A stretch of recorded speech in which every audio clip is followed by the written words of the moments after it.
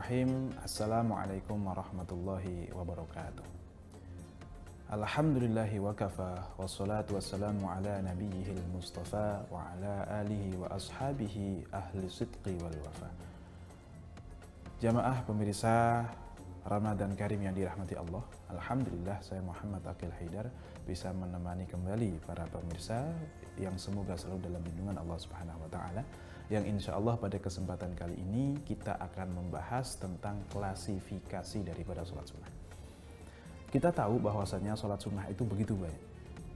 Ada sholat duha, ada qiyamul lail, ada kemudian witir, ada tahajud, ada qabliyah, ada ba'diyah, ada sholat hajat, ada tahiyatul masjid dan seterusnya. Banyak sekali. Tetapi kemudian para ulama memberikan klasifikasi atas sholat-sholat sunnah ini menjadi beberapa bagian. Yang pertama, klasifikasi dari segi mutlak dan muqayyadnya. Seperti apa itu? Sholat sunnah itu dibagi menjadi dua. Satu adalah sholat sunnah yang mutlak, satu lagi adalah sholat sunnah yang muqayyad. Apa itu sholat sunnah mutlak? Sholat sunnah mutlak adalah sholat sunnah yang tidak terikat oleh apapun. Artinya bisa hampir kita laksanakan kapan saja tanpa harus menunggu waktu, tanpa harus menunggu penyebab. Sedangkan untuk sholat sunnah muqayyad adalah sholat sunnah yang kemudian terbatasi oleh atau terikat oleh sesuatu. Yang nanti para ulama membagi kembali menjadi dua. Sholat sunnah muqayyad dibagi menjadi dua. Sholat sunnah muqayyad karena waktu, terikat oleh waktu, dan terikat karena suatu sebab. Oke, baik. Langsung saja kita bahas sholat sunnah muqayyad karena waktu. Contohnya apa saja? Yang pertama adalah sholat sunnah yang terikat karena waktu itu, contohnya adalah sholat sunnah tarawih. Seseorang yang melakukan sholat sunnah tarawih itu kenapa? Karena satu, dia di bulan Ramadan, dua, ia telah melaksanakan sholat isya. Maka sholat tarawih itu menjadi sunnah kalau waktunya tepat, kalau sudah masuk masanya, yaitu masa bulan Ramadan dan juga di waktu setelah sholat isya. Itu adalah sholat sunnah yang terikat karena waktu. Contoh yang lainnya, misalnya sholat sunnah Aid, Idul Adha ataupun Idul Fitri. Itu adalah sholat sunnah yang menjadi sunnah karena masuk waktunya. Kita sholat Id, Idul Adha karena 10 Dzulhijjah. Kita sholat Id, Idul Fitri karena tanggal 1 Syawal. Nah, maka ini semuanya sholat yang disunahkan karena ada momentumnya, karena waktunya. Karena terikat oleh suatu waktu. Kemudian apalagi sholat sunnah duha. Sholat sunnah duha juga sholat yang disunahkan karena waktunya. Yaitu kita memasuki waktu siang, sholat subuh, kemudian setelah sholat subuh, habis waktunya dengan terbitnya matahari. Pada saat itu belum boleh untuk melakukan sholat terlebih dahulu, sampai matahari benar-benar terbit secara sempurna. Seluruh lingkaran matahari itu sudah berada di atas, sudah nampak, sudah bisa kita lihat, sudah berada di atas permukaan bumi, maka barulah masuk waktu sholat duha. Dan mulai situlah kita kemudian disunnahkan untuk melakukan sholat sunnah duha. Apalagi misalnya sholat sunnah witir. Sholat sunnah witir pun adalah sholat sunnah yang terikat karena waktu. Menjadi sunnah karena masuk waktunya. Kemudian apalagi? Yaitu sholat sunnah rawatib. Sholat sunnah qabliyah dan ba'diyah. Sholat sunnah qabliyah duhur misalnya menjadi sunnah karena masuk waktu sholat duhur dan kita belum sholat duhur. Sholat sunnah ba'diyah duhur, maka waktunya adalah ketika masih waktu sholat duhur dan kita setelah melaksanakan sholat duhur.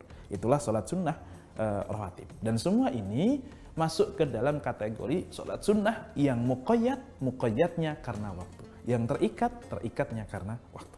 Itu yang pertama. Yang kedua adalah sholat sunnah yang muqayyad atau terikat karena sebab. Nah, nanti para ulama membagi kembali menjadi tiga. Sebab ini ada tiga hal. Satu, sebab yang mutaqaddim. Yaitu sholat yang menjadi sunnah karena telah terjadi suatu sebab dan sebab itu terjadi duluan. Baru disunahkan untuk melakukan sholat. Contohnya apa? Sholat sunnah tahiyatul masjid. Kenapa kok kita disunahkan melakukan tahiyatul masjid? Karena kita memasuki masjid, maka sunnah bagi kita untuk melakukan sholat tahiyatul masjid. Kemudian apalagi? Sholat sunnah wudhu. Disunnahkan kenapa? Karena kita habis wudhu. Nah, kenapa kok kita harus mengetahui hal ini semuanya? Karena nanti masing-masing memiliki konsekuensi hukum yang berbeda. Nah, jadi sholat sunnah yang disebabkan karena suatu sebab yang terdahulu, itu contohnya tahiyatul masjid, sholat sunnah wudhu, dan seterusnya. Dan untuk sholat-sholat ini, hukumnya adalah dia diperbolehkan untuk dikerjakan meskipun di waktu-waktu yang terlarang. Nah, karena nanti akan ada waktu-waktu yang terlarang. Ba'da sholat subuh, itu tidak boleh kita sholat sunnah. Sampai kapan? Sampai masuk waktu sholat duha. Tetapi kalau kita masuk masjidnya ba'da subuh, boleh nggak kita kemudian melakukan sholat sunnah tahiyatul masjid? Jawabannya boleh. Kenapa? Karena ini adalah sholat yang memiliki sebab. Yang memiliki sebab dan sebabnya itu mutaqaddim. Sebabnya itu datang terlebih dahulu. Oke, kemudian yang berikutnya. Sholat sunnah yang terikat karena sebab, masih dalam bab itu, tetapi sebabnya itu bersamaan dengan sholatnya. Jadi kita sunnah melakukan sholat karena sebabnya sedang terjadi. Contohnya apa? Contohnya adalah sholat sunnah kusuf atau khusuf. Sholat sunnah gerhana matahari ataupun bulan. Gerhana matahari atau bulan, maka kita disunahkan ketika gerhana itu terjadi. Bukan sebelumnya, bukan setelahnya. Ya.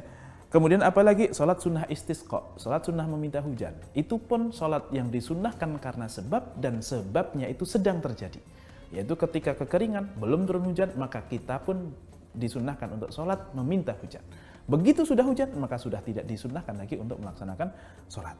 Maka tahiyatul masjid yang mutaqaddim tadi, ataupun sholat kusuf, sholat khusuf, sholat istisqa adalah sholat-sholat sunnah yang disunahkan bagi kita karena suatu sebab. Ada yang mutaqaddim, ada yang muqarrin.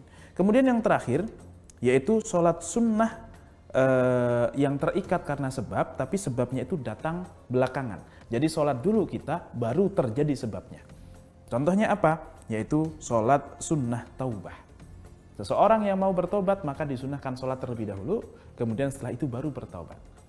Atau sholat istikharah, orang yang ingin menentukan atau melangkah kepada suatu hal yang penting, misalnya dibutuhkan istikharah, maka silahkan sholat dulu, baru disunahkan untuk istikharah.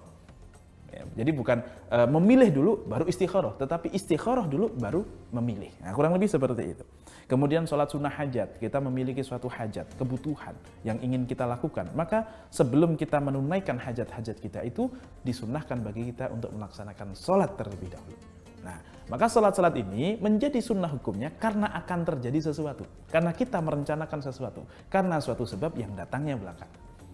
Nah, berbeda dengan yang terjadi di awal atau terjadi di bebarengan dengan sholatnya, maka sholat sunnah yang terkait dengan sebab yang datangnya belakangan ini tidak boleh dikerjakan di waktu-waktu terlarang. Tidak boleh ba'da subuh kok kita sholat sunnah taubat, itu tidak boleh. Kenapa? Karena sebabnya akan terjadi nanti. Ya.